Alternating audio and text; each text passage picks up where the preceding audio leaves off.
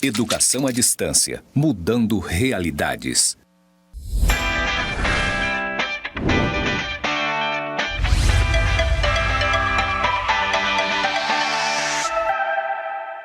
Olá, sou o professor Décio Kerrer Marques. A minha identificação na comunidade de surdos é essa daqui. Vou ser o professor da disciplina de Fundamentos do Trabalho no curso de Gestão Comercial. E agora vou fazer minha audiodescrição. Eu sou homem, de altura de 1,80 m, estou vestindo uma camisa de mangas compridas lilás, sapato preto, uma calça jeans azul e cinto preto. Estou nesse momento no estúdio do campus Zona Norte, do IFRO, aqui em Porto Velho. E ao meu fundo tem uma parede branca com uma descrição EAD e os termos mudando realidade. E agora então vou fazer a apresentação, iniciarmos a nossa disciplina de Fundamentos do Trabalho com os seguintes objetivos da nossa aula. Bom, toda aula tem objetivos e para a gente determinar e delimitar o que nós queremos com essa unidade, né? Que são 4 unidades para alcançar todo o alcance da fundamentação do trabalho. Então, os limites que são realizados através desses objetivos: primeiro, reconhecer o trabalho humano como elemento de transformação intencional da natureza. Então, na verdade, é onde a gente transforma a natureza em alguma coisa para nossa sobrevivência, e nesse processo a gente também é transformado. É o que nós chamamos de civilização, né? Civilização humana. Identificar dentro das relações comerciais os fundamentos do trabalho e reconhecer o trabalho na condição de gerador de riquezas. Então vou começar a apresentar essa disciplina convidando a todos e a todas para entendermos como se dá esse processo de mudança da sociedade. E por incrível que pareça, o que muda a sociedade é um conjunto de ações entre as forças de produção que existem em determinado período histórico e, do outro lado, como o trabalho é organizado. Então, vão ser divididos em 3 momentos, né? Nós vamos entendermos, estudarmos e aprofundarmos como ocorreu a organização do trabalho no modo de produção escravista, em especial na cultura e a sociedade romana e grega, porque também no Brasil houve escravidão, né? E tem um ranço da escravidão até hoje. Mas nós vamos especificar nosso estudo reportando a Roma e a Grécia. Depois nós vamos dar um passo e vamos estudar um modo de produção feudal, como as forças produtivas ou as forças de produção impulsionaram aquela sociedade e como o trabalho foi organizado. E, por último, nós vamos nos ater ao modo de produção capitalista, que é esse nosso, que é o que mais nos interessa, não é verdade? Então vamos também conhecer as forças, porque aí aumentou também o número de forças de produção econômico em todo esse processo, desde do início do capitalismo comercial no século XV, e como o trabalho foi sendo organizado. Então, nesses 3 recortes, muita atenção na hora que nós formos fazendo essas explicações. E aí vai funcionar basicamente assim. Vai ter um texto descritivo no slide, então aquelas pessoas que gostam de ouvir e também lendo o que o professor está explicando.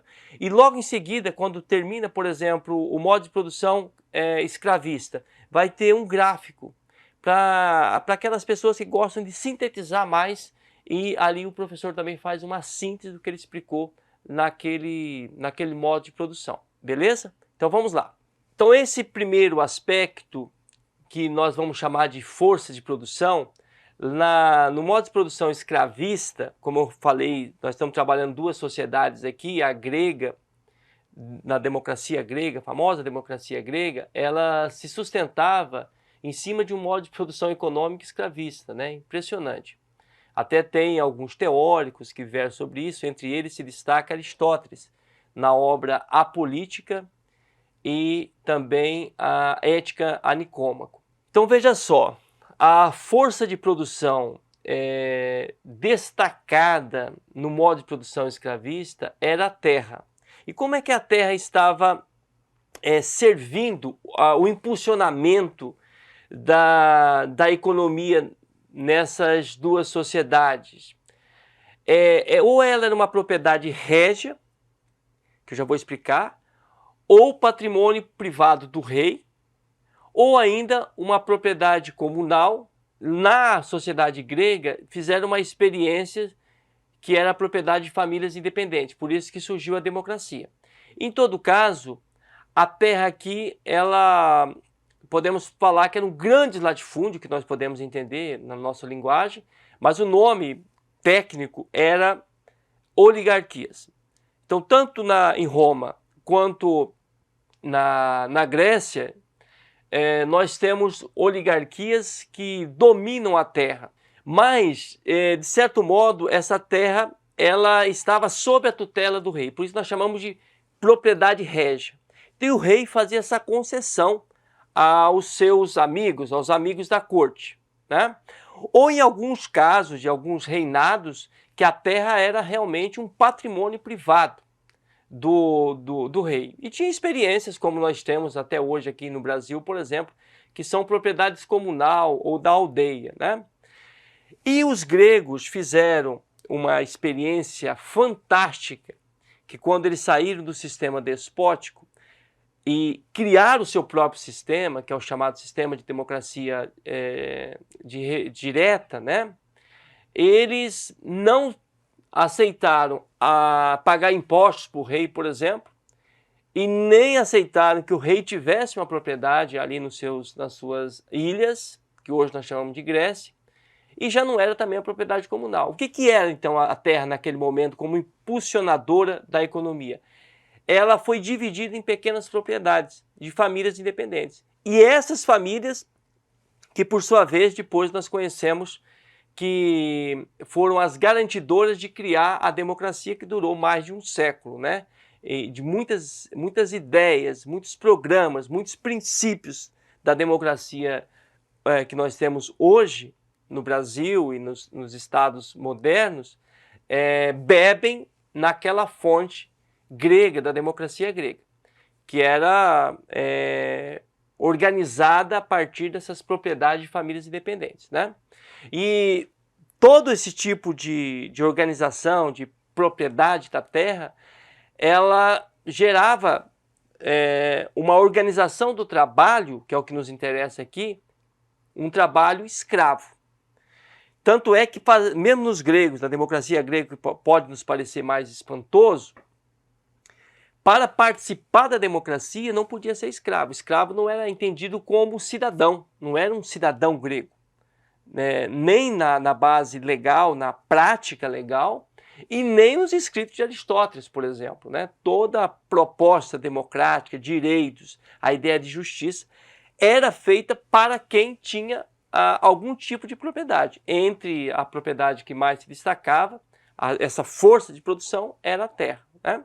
E os equipamentos, então, que nós podemos notar e constatar dessa época, vamos apresentar três aqui, né? Era uma técnica muito rudimentar, então não tinha condições de fazer a terra gerar muita riqueza, muita produção.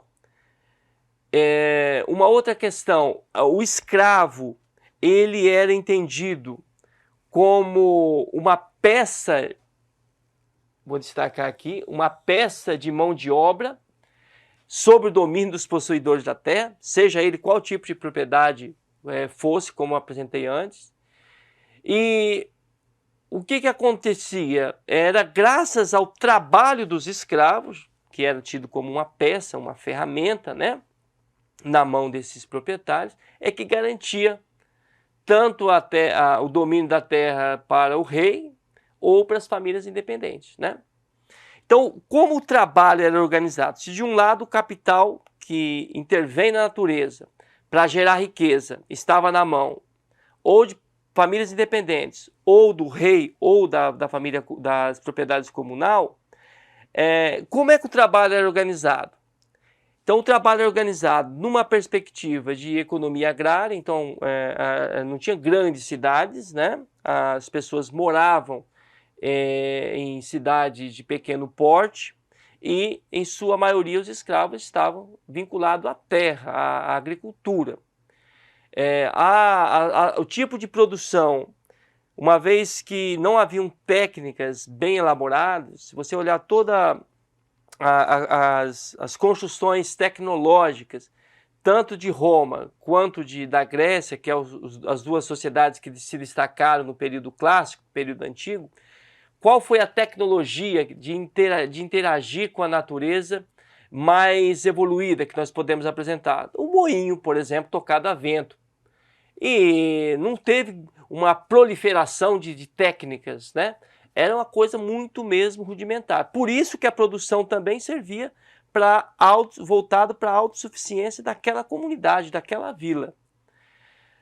Do outro lado, nós temos grandes latifúndios, que eram os chamados de oligarquias, né? Sob o domínio régio ou dessas pequenas famílias independentes, né? E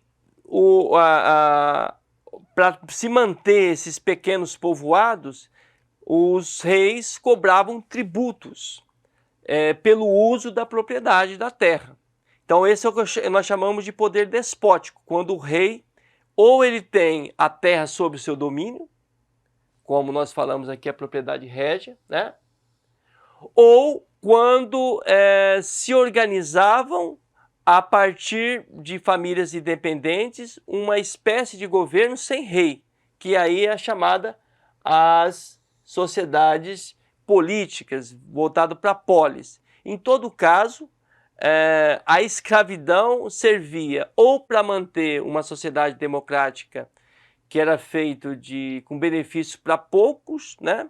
Ou o trabalho da escravidão gerava riqueza para o benefício dos grandes proprietários, oligarcas, do rei ou dos seus amigos, né?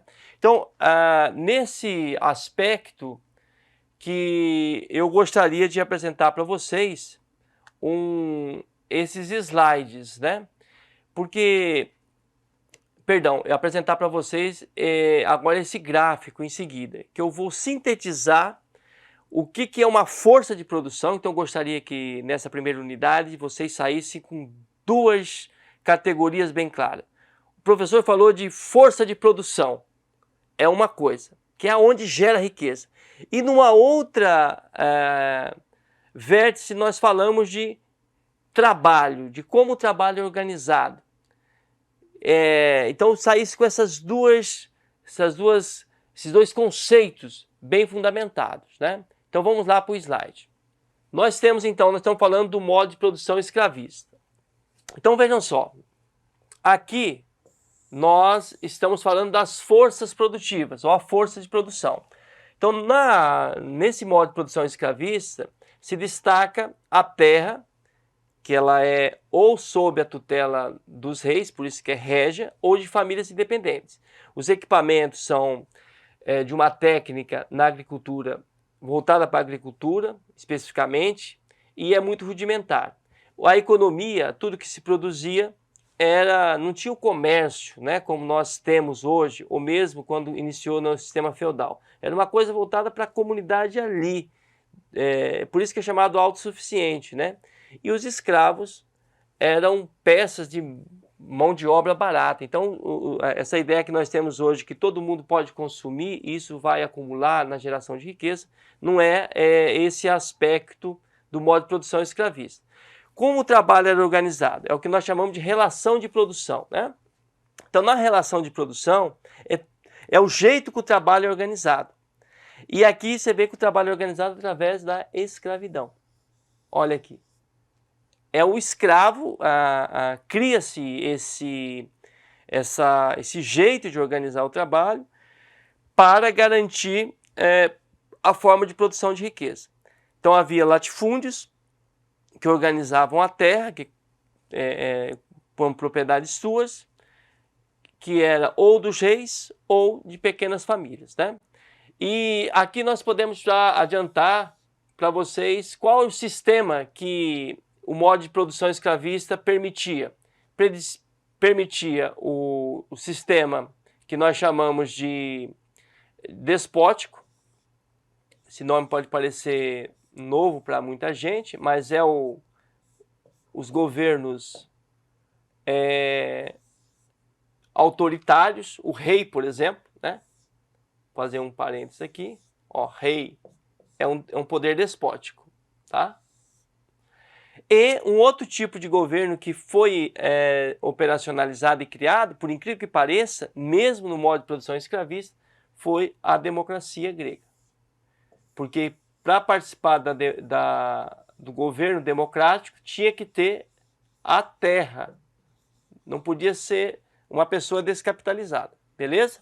Então fizemos a revisão aí do primeiro modo de produção, que durou muitos séculos, né? E agora nós vamos iniciar o segundo modo de produção, como é organizado as forças de produção e o trabalho. Então vamos lá. Então o que acontece? Quando muda um modo de produção para um outro modo de produção, que muda a sociedade, não é uma coisa do acaso, né? São vários acontecimentos que vão surgindo dentro dessa tensão entre o trabalho e o capital, né? E desse conflito, uma vez que através do trabalho nós vamos mudando a sociedade, mudando a realidade. Por exemplo, agora estou dando aula para uma multidão que eu não estou vendo aqui. Antes eu poderia dar aula no máximo a 40 pessoas dentro de uma sala de aula. Isso é uma inovação tecnológica, isso vai gerar uma mudança na organização do trabalho. Já está gerando, né, uma organização do trabalho. Então essa inovação tecnológica vai reorganizar o trabalho e vai mudar a sociedade. E quando é que acontece essa mudança? Acontece essa mudança quando o sistema vigente começa, eu usei um termo aqui chamado esgarçamento. O que é o esgarçamento? Há uma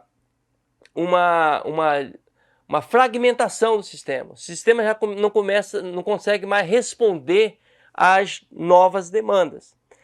Então a escravidão ela começa a se quebrar, a terminar, porque surge um novo sistema, que é superior, que é mais vantajoso, que é mais eficiente e que responde às demandas históricas naquela cultura, naquela sociedade, melhor do que o anterior. E é o que nós vamos ver agora com o feudalismo, beleza? Então vamos lá. Então o esgarçamento da forma material escravista. A terra, ela, assim que terminou, quando o Alexandre o Grande destrói a democracia grega no século IV a.C. e o Império Romano destrói a República Romana, as terras ficaram exclusivamente na mão dos grandes latifúndios. O que acontece com isso? A técnica na agricultura desenvolveu-se pouquíssimo, os escravos eram uma ferramenta e entrou em decadência, enquanto a mão de obra barata em razão do implacável domínio dos romanos. Os romanos, a partir do século I da nossa época chamada cristã, eles dominaram muita área territorial. E o trabalho dos escravos deixou gradualmente de ser economicamente sustentável. Começou a não ser mais rentável, tinha que aparecer uma outra coisa, né? E na relação de produção, como é que o trabalho começa a aparecer, a ser reorganizado? Porque se está havendo um prejuízo naquele tipo de geração de riqueza, não é mais sustentável, vai aparecer uma outra coisa que vai ou vai piorar ou vai melhorar, né? A gente nos acontecimentos a gente não sabe bem, não é uma coisa exata, mas vai acontecer uma mudança, isso é um fato. Então, começa a aparecer o surgimento da agricultura extensiva e das manufaturas urbanas. Então, as pessoas já começam a ter grupos de trabalhadores que começam a se organizar nas cidades em pequenos ofícios e produzir em série. Claro que não ia produzir como hoje nós imaginamos, produzir uma série de sapatos, camisetas, calças e tudo que nós olharmos na nossa frente nesse momento está aí como mercadoria, não era isso. Mas havia um tipo de organização já na cidade que antes não tinha. Então começa esse tipo de pequena produção, né? Há uma desintegração dos grandes latifúndios em pequenos terrenos cultivados por colonos. Isso aqui eu gostaria que vocês anotassem, quem estiver anotando aí. Ó, esses colonos vão ser os responsáveis por minar o sistema escravista. E vocês vão ver em seguida o porquê. Anotem isso. Quando chega os colonos, que até hoje ainda na nossa região ainda nós temos essa linguagem de colonos, né? E eu, por exemplo, sou filho de colonos que vieram do Paraná para cá, e o nome era dado assim. E os colonos aqui, eles foram arrendatários, eles começaram a arrendar a terra, por isso que se tornou mais vantajoso do que o escravo. Então por isso que anotem isso. Voltemos para o slide. Pagavam tributo em dinheiro ou em espécie pelo uso perpétuo da terra. Não era mais vantajoso manter a antiga escravidão. Então, veja só, a terra ela já estava aqui sob o patrimônio do imperador, falando do Império Romano, né? E era mais vantajoso para o imperador do que ele ter escravo, ele, no final do mês, ele cobrar o arrendamento que ele cedeu a alguém. E esses colonos, o destaque deles, que foram os germânicos, o povo germânico, que hoje é chamado de alemães, né? Eles resistiam muito a serem escravos no Império Romano, porque foram perdendo suas terras, e o acordo que foi mais facilitado entre o Império e o povo germânico era oferecer à terra essa força de produção em forma de arrendamentos.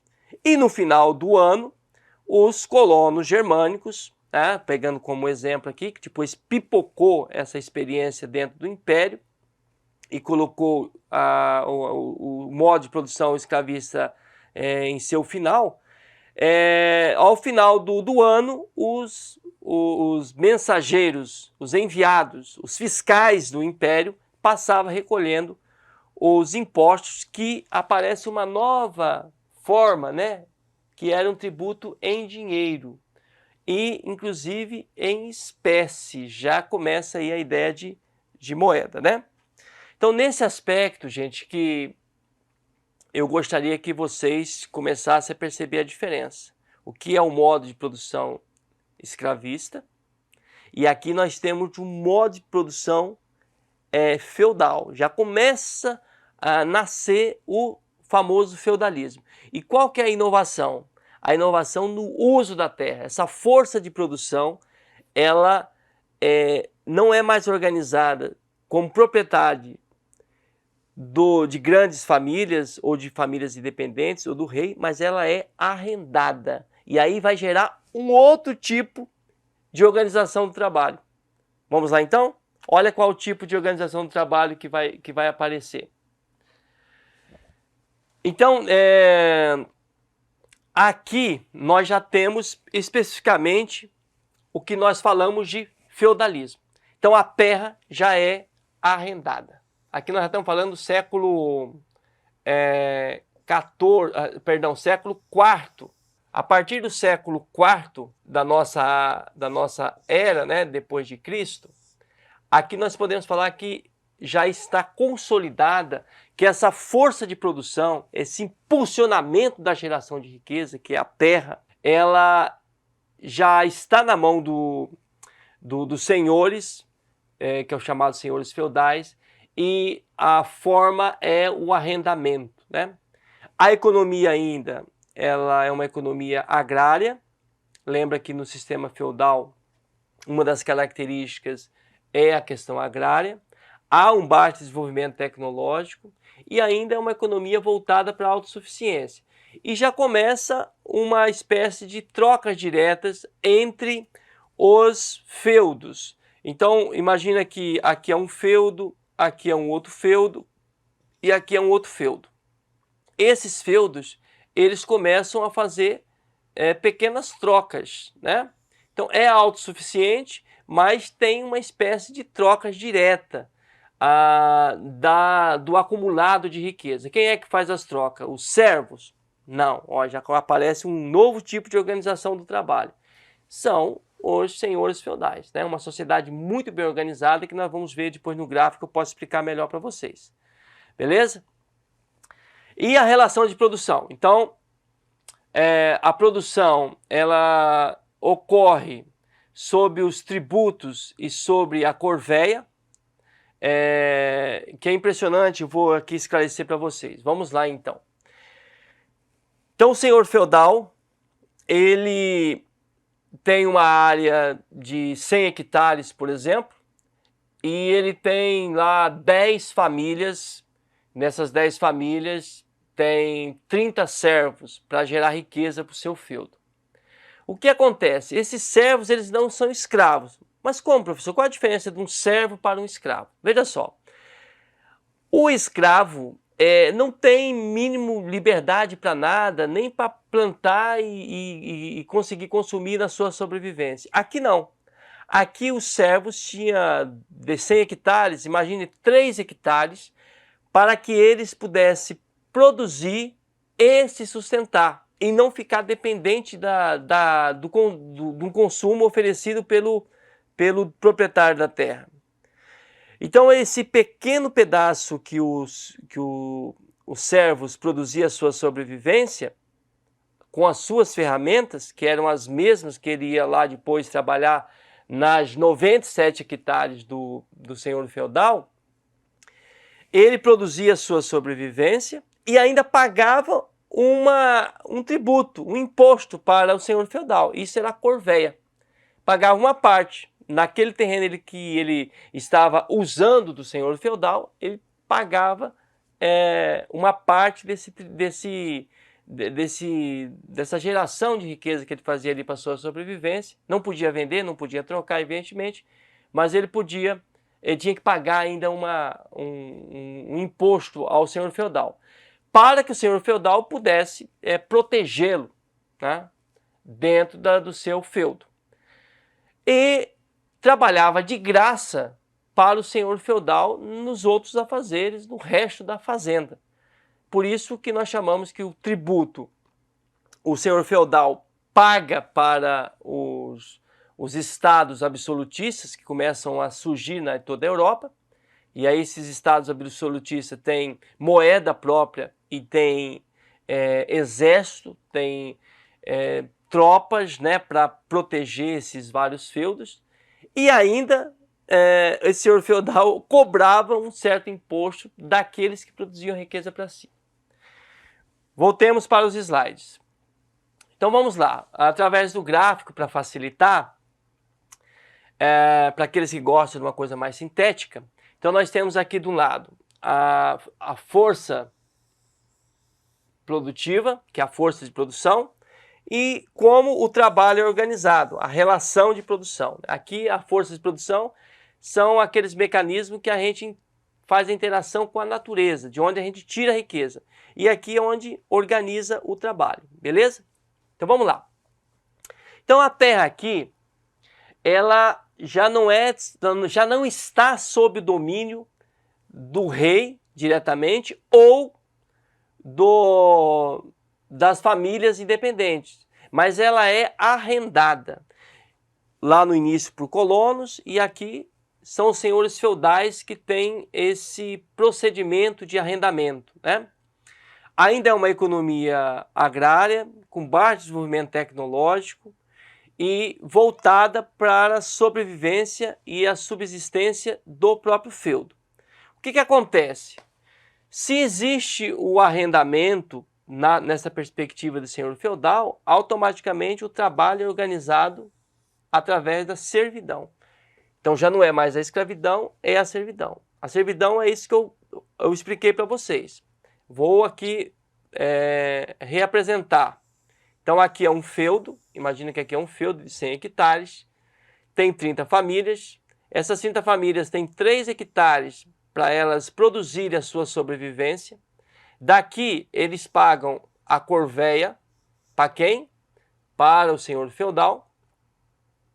Escrever corvéia, esse nome é bonito inclusive, né?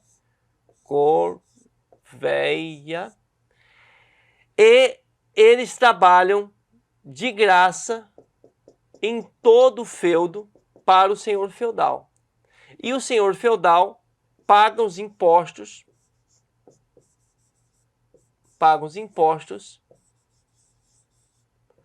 para os estados absolutistas, que por sua vez tinham tropas, daí nasce os famosos exércitos e moedas próprias. Esse modo de produção, esse tipo de organização do trabalho, aqui está o tributo e corvéia, que eu havia escrito, né? Esse tipo de organização do trabalho, ele dura por praticamente 10 séculos, né? Na nossa sociedade ocidental. E é impressionante ver como houve a mudança, né, a mudança do jeito de organizar a força de produção, que antes estava sob a tutela do rei ou dessas famílias independentes, e agora ao arrendamento, vai mudar a organização do trabalho, né?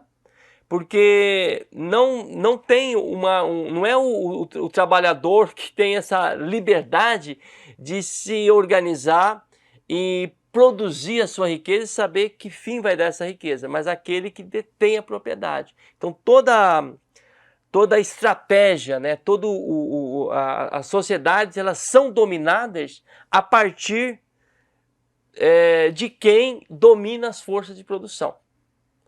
Claro que essa relação entre força de produção, que é chamado capital, e o trabalho, não é uma coisa cor-de-rosa. Há vários conflitos, as grandes revoluções surgem desse conflito, e nesses conflitos sempre vem um modo de produção melhor que vem substituindo. Beleza? Então vamos agora para o esgarçamento do modo de produção histórico feudal e o surgimento do modo de produção basicamente como nós conhecemos hoje, tá? Então aqui, gente, surge um fato novíssimo nesse momento. Nós estamos falando do século XV, né? Além de ocorrer a famosa peste bubônica, né, também chamada de peste negra, na Europa, que mata praticamente 40% dos servos, e com isso uma boa parte dos feudos vem à falência, mas tem algo novo no modo de produção, no capital, na força de produção, que é justamente a fábrica. Então a fábrica vai ter um destaque, coisa que não tinha antes. Tinha pequenas manufaturas, mas aqui começamos a ter fabricação manual, mas em série. Porque a matéria-prima começa a chegar, sobretudo da Índia e da China, na Europa. Vale lembrar que no século XV, o PIB, segundo estatística, né, que se fazem de um modo regressivo hoje, o PIB mundial no século XV, 50% era da China e da Índia juntas, né, só para você ver o poder econômico que essas duas nações tinham. E chegavam essas manufaturas, essas matérias-primas, e começava a fazer pequenas fábricas. Nós estamos chamando aqui de manufaturas fabris, né?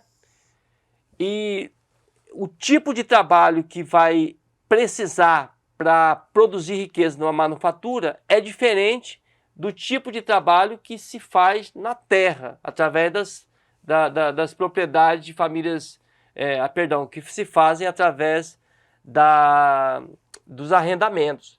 Então, esse conflito que as terras eram arrendadas, as terras começam a passar novamente para as propriedades de famílias independentes, isso a partir do século XV, e esses proprietários começam a ter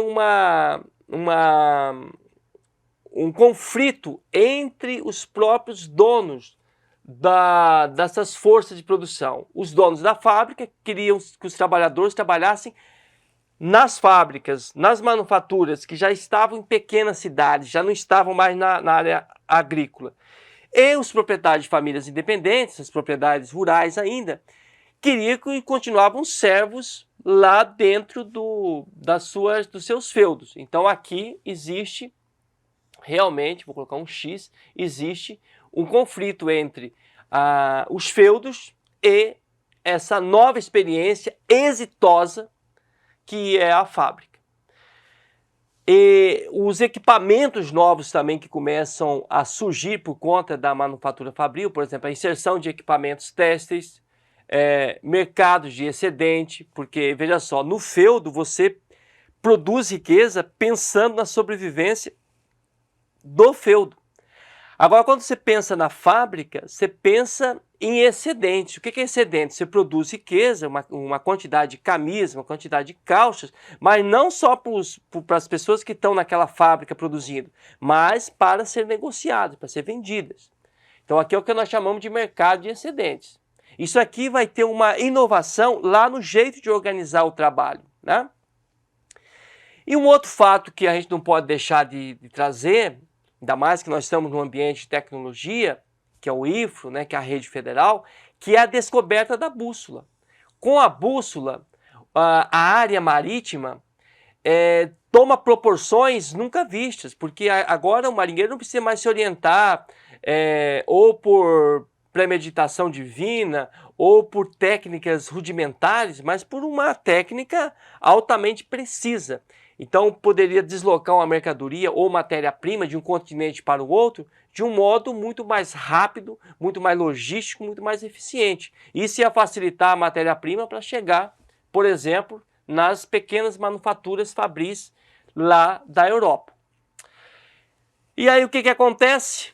Na fábrica, o trabalho é organizado através do operário e não mais do servo. Então o operário substitui o servo. E esse servo já não está mais submisso a um feudo, já não tem mais a identidade territorial de um feudo, mas ele já está morando na cidade. Claro que vai aparecer novos problemas aqui, começa a surgir a ideia de cidade, né? Que vai durar século XV, XVI, XVII, XVIII, nós temos as grandes revoluções na Europa, muitos pobres acumulados nas cidades, que seriam as favelas que nós temos hoje no Brasil, no século XVIII na Europa, e que foram depois sendo, esse conflito entre capital e trabalho sendo equacionado, através de direitos e etc., mas isso só a partir do século XIX. Começam a surgir equipamentos inéditos, fabris, de posse não mais do servo, do escravo, mas do proprietário da fábrica, porque é algo caro, algo mais exigente para ser conseguido, né? E o mercado de excedentes surge e os tributos são pagos na forma monetária. Essa aqui é uma novidade que depois a forma monetária nós vamos estudar, acho que na quarta unidade, que ela vai ser uma inovação, uma força também de produção e talvez ela seja o esgarçamento do próprio capitalismo, né? Então a forma de lidar com os impostos já não era mais através de trocas, né, de matérias produzidas no feudo ou numa propriedade de escravos, mas através de dinheiro de uma forma monetária. Então vamos lá, gente. Esse fato novo que interessa a gente estudar aqui, já vou mostrar os slides. Atenção! Então o trabalho aqui, já apresentei 3 tipos de organização do trabalho.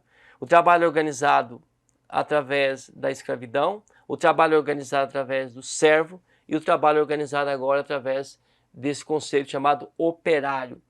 São formas diferentes de se organizar porque houve formas diferentes de produção, força de produção distinta, né?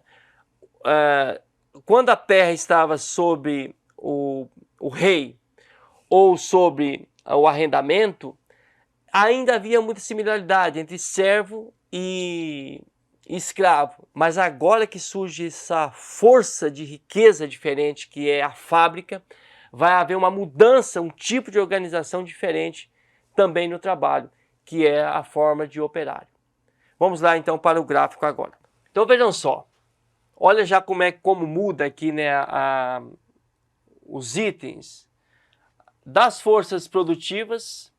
Nós temos ainda a propriedade já volta, né, como está lá na Grécia Antiga, de famílias independentes, não é mais um arrendamento, mas a novidade mesmo é a ideia fabril, de fábrica, manufatura fabril, porque isso vai surgir novos equipamentos, o mercado de excedentes impressionante e, do outro lado, nós vamos ter como o trabalho está organizado na relação de produção. O trabalho ele está organizado a partir da ideia do operário. O operário não está mais submisso, naturalmente, a um senhor feudal ou a terra do rei ou a terra concedida aos amigos do rei, né? Então, o trabalho aqui ele passa por conta da fábrica, né? Ele passa a ser organizado através dessa ideia de operário. E uma vez que o operário ele não tem um dono imediato ali do seu local, ele também precisa, ele fica também sem chão, nós podemos falar, sem chão literalmente, sem casa inclusive para morar, e ele tem que, aqui nós temos experiência de gente que trabalhava até morrer dentro das fábricas, né? Porque não tinha direitos, etc e tal. Por isso que começa também, quando nós temos a somatória de forças de produção e de organização do trabalho, essa somatória ela vai naturalmente gerar todo tipo de produção, inclusive a questão dos estados. Então, nessa transição aqui do século XV para o século XVIII, nós vamos ter os estados absolutistas, nós vamos ter, que são as monarquias, né? As guerras, por exemplo, entre a França e a Inglaterra, século XVI, 1633, a famosa Guerra dos 100 Anos. Nós temos os comerciantes que começam a negociar os produtos que surgem da fábrica.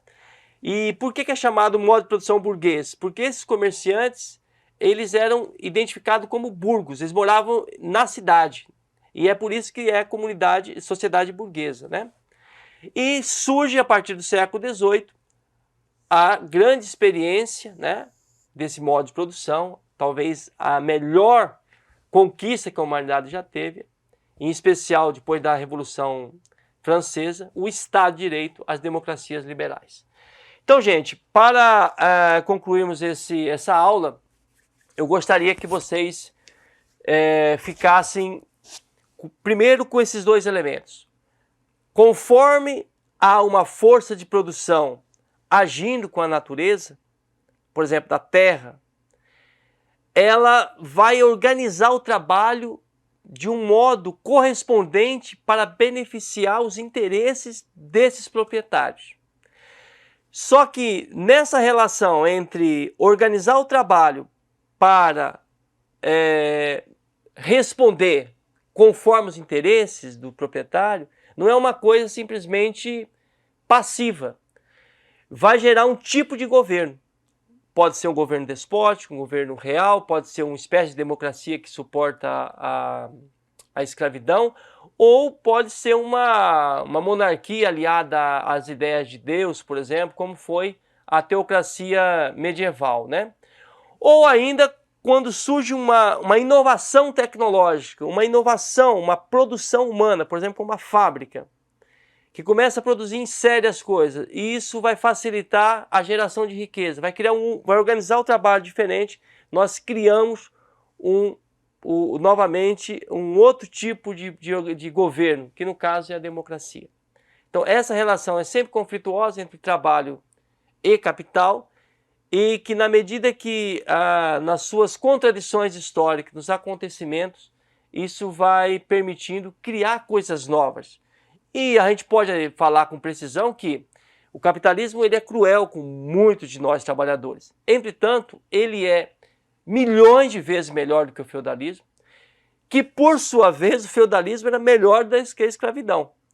Então, ter consciência de como o trabalho se organiza e ter consciência de onde você fala e saber como isso pode ser antecipado e melhorado, claro que mais gente a gente poder tomando consciência nessa direção, a gente tende a criar uma sociedade de um bem-estar melhor do que nós já conhecemos ou podemos até imaginar nesse momento.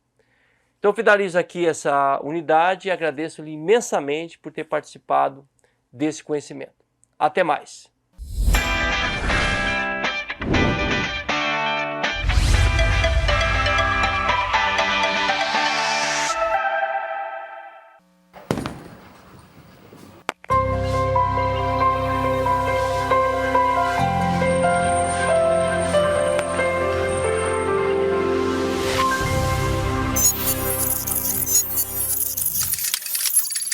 Educação à distância, mudando realidades.